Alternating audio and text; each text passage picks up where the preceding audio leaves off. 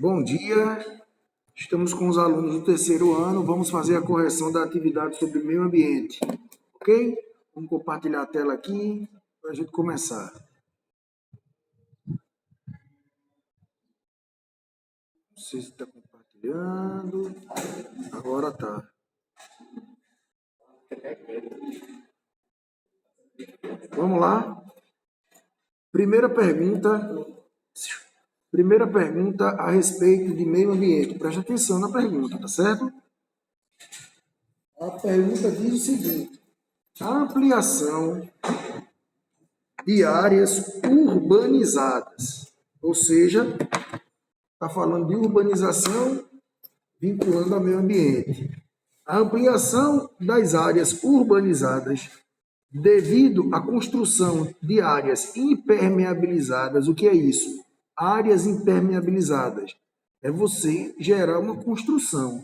Porque quando você não tem construção, a água da chuva bate direto no solo e infiltra, faz a percola, como a gente já estudou em solo. Isso é um solo permeável. Numa área urbanizada, você tem pavimentação. Você tem ou rua calçada ou rua asfaltada. E a água não toca no solo, ou seja, solo impermeável. A água escoa pela superfície. Aí tem aí. Devido à construção de áreas impermeabilizadas, repercute na capacidade de infiltração das águas no solo, favorecendo o escoamento superficial, a concentração de enxurradas e a ocorrência de ondas de cheia. A urbanização afeta o funcionamento do ciclo hidrológico, pois interfere no rearranjo dos armazenamentos e na trajetória das águas. O que é que significa dizer isso? Muitas vezes você tem ali um açude, você tem solo, você tem plantas que vão ajudar no processo de ciclo hidrológico e com a urbanização tudo isso fica alterado. Considerando esse contexto, que fator contribui para a diminuição das enchentes nas áreas urbanas? O que é que poderia ser feito para ir na contramão disso que eu acabei de falar? Aí você tem, letra A, pavimentação de vias. Pavimentar vias é intensificar o problema. Você tem verticalização de moradias, é a construção de prédio, não resolve o problema. Adensamento das construções também não. Assoreamento de canais de drenagem? Não, assorear é deixar o rio mais raso, prejudica. Quando ele diz criação de espaços verdes, você criar espaço verde é você criar área não pavimentada, não urbanizada, com solo que possa ter a permeabilidade. E isso é a solução. Então a resposta aí vai ser a letra B de bola, ok? Ele falou de um problema e quer uma solução. Próxima pergunta é uma charge. A charge tem dois bonequinhos que diz o seguinte, da turma da Mônica. Tá ouvindo? Tá ouvindo? Da turma da Mônica que diz o seguinte: Ei, Ei, Cava, sei lá. Você sabia que os caraíbas chamam Jaci de lua e Mumboi de cobra? E aquilo, papacapim? Como os caraíbas chamam aquilo? Progresso. Ou seja, tem dois bonequinhos olhando um animal e cada um falando como ele é chamado. E lá na frente faz uma pergunta, e aquilo ali é o quê? É uma área de desmatamento, de árvores toradas. E a resposta é progresso. Ou seja, está dando aqui a ideia de que muitas vezes o progresso ele vai na contramão do meio ambiente. Para progredir, muitas vezes eu preciso desmatar. E esse é o grande combate que a gente está tendo hoje em dia, tentar aliar o progresso com o meio ambiente, é o desenvolvimento sustentável. A gente está vendo aqui essa imagem, essa semana está se falando muito sobre a COP26, que é a COP do clima, reduzir a emissão de dióxido de carbono, controlar os gases do efeito estufa e combater o quê? O desmatamento. Então, o progresso tem que ter esse desafio. A ironia expressa na tirinha representa uma crítica à seguinte relação entre sociedade e natureza. Qual é a crítica? Entre dizer que há um progresso apontando para o desmatamento. A resposta correta é a letra B de bola, crescimento econômico predatório.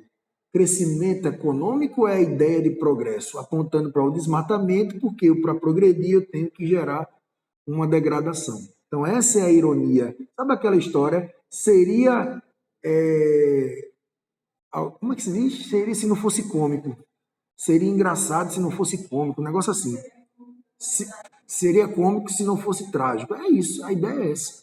Então, a gente vem falando de progresso em detrimento de quê? De meio ambiente. É falar de progresso, de desenvolvimento tecnológico na indústria em detrimento do desemprego, pela substituição da mão de obra. Então, existe esse paralelo aí, tá bom? Próxima pergunta, a terceira, preste atenção.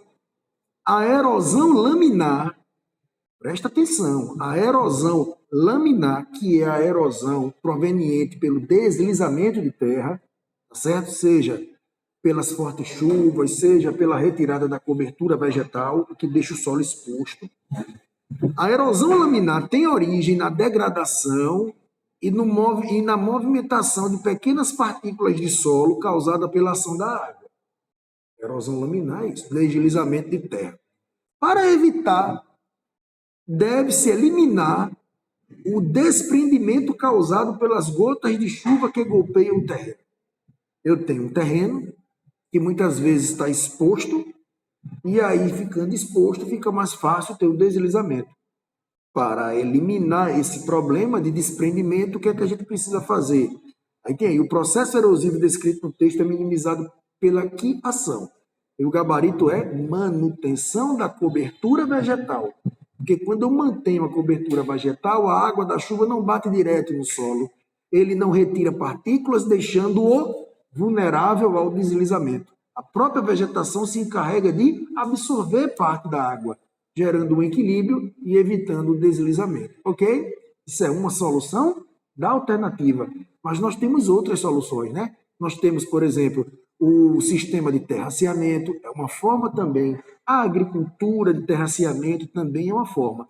Mas aqui vem dizendo, colocar pecuária extensiva não resolve e não evita.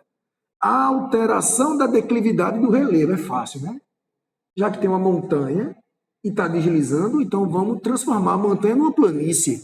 Não existe isso, né? Não faz sentido. Construção de barreiras de contenção, isso não é a solução para evitar. Isso pode ser uma ação para minimizar o dano. Que a pergunta é, o que é que pode ser feito para evitar o problema? Ou então, o que é que pode ser feito caso o problema ocorra? São duas coisas diferentes. Instalação de medidores pluviométricos. Medir a intensidade de chuva evita que haja um deslizamento? Não. Porque se estiver exposto sem proteção com alteração antrópica, não adianta. Ok? Então a resposta também do terceiro vai ser a letra B de bola. 3 alternativas B. Vamos agora para o quarto. Pergunta importante essa.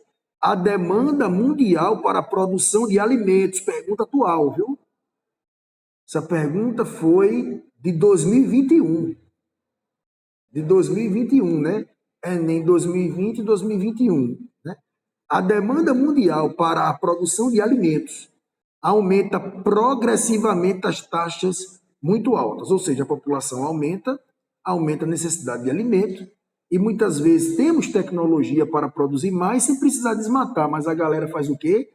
Expansão da fronteira agrícola, aumenta as áreas de desmatamento para ter ainda mais áreas para produzir. Atualmente, na maioria dos países, continentes e regiões, a água consumida na agricultura é de cerca de 70% da disponibilidade total, ou seja, a maior quantidade de água é utilizada na agropecuária. Gasta-se muita água para a agricultura e para a pecuária, e faz sentido, viu? Faz sentido, porque se a gente não usa muita água para a agricultura, a safra vai ser menor, o preço da comida vai ficar mais caro. Então, na hora de economizar água, porque está faltando, quem tem que economizar somos nós, seres humanos, que nós, além de usar de forma irresponsável, a gente desperdiça. Então, é a gente que precisa mudar. A agricultura não, precisa continuar tendo muito uso de água, assim como na pecuária, para que possa ter alta produtividade para poder baratear o preço. Por isso que consome muita água. Aí tem aí. Para que haja a redução na pressão sobre o recurso natural mencionado, que é o uso da água. A expansão da agricultura deve melhorar o quê? Eu preciso plantar e eu preciso de água. Só que a água está acabando. Então, o que é que eu preciso fazer? A agricultura tem que melhorar de que forma? Eu preciso investir em um sistema de irrigação que cumpra o papel que é irrigar, mas que não gaste tanta água. Sabe quando você tem uma mangueira em casa e vai lavar um carro ou vai lavar uma calçada? A mangueira, ela sai uma quantidade de água pela sua abertura. Quando você vai lavar com aqueles lava a jato, você cumpre a mesma função que é lavar o carro, porém você gasta infinitamente menos água. Tá certo? Então, essa é uma evolução desses equipamentos para lavar. Então, lá em casa, por exemplo, você tem, eu boto para vou lavar o carro. Eu boto a mangueira na torneira, ligo e vou lá lavando. Se eu ficar 1 hora lavando o carro, eu passo 1 hora com a torneira ligada. Quando você pega esses lava rápido, você enche um recipiente de 200 ml, um copo de água, coloca a mangueira ali e com um copo de água ele lava o seu carro. Ou seja, é uma evolução. É uma forma de você continuar tendo o serviço, que é lavar, sem gastar tanta água. A mesma coisa na agricultura. Não pode simplesmente abrir a torneira e molhar. Eu preciso molhar com inteligência, ter um investimento tecnológico para parar. Tem vários tipos de irrigação, de gotejamento, de expansão. Essa evolução vai fazer com que a gente possa continuar tendo agricultura de grande porte sem gastar tanta água, que é o problema. Então, a solução seria o quê?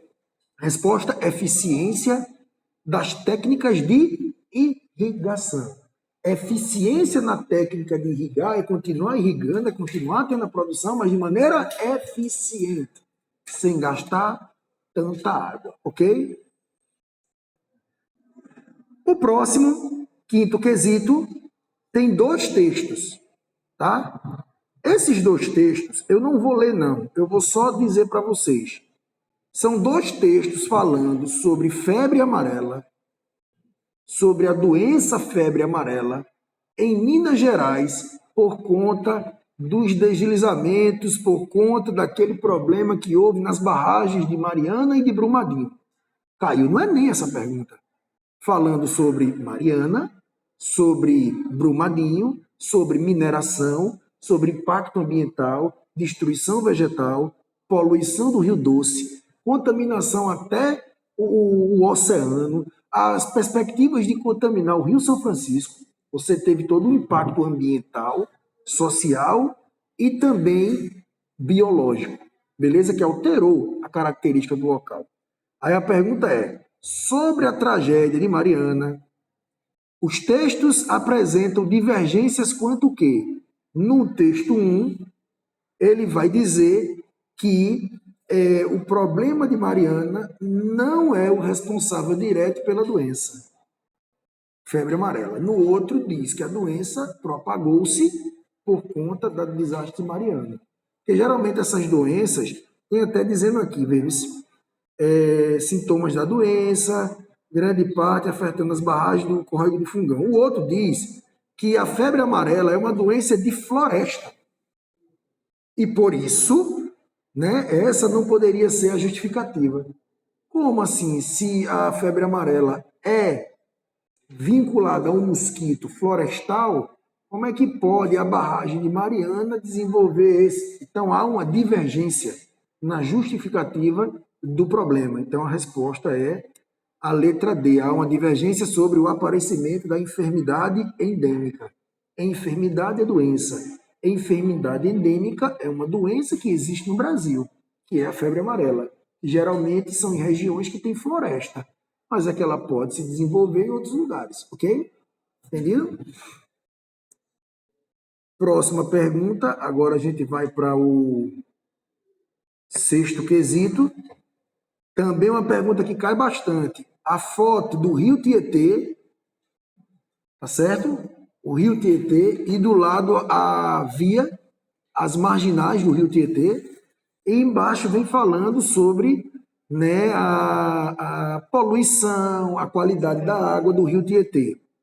Considerando a análise Qual seria a alternativa com relação à condição do rio hoje em dia? Como é que está o rio hoje em dia?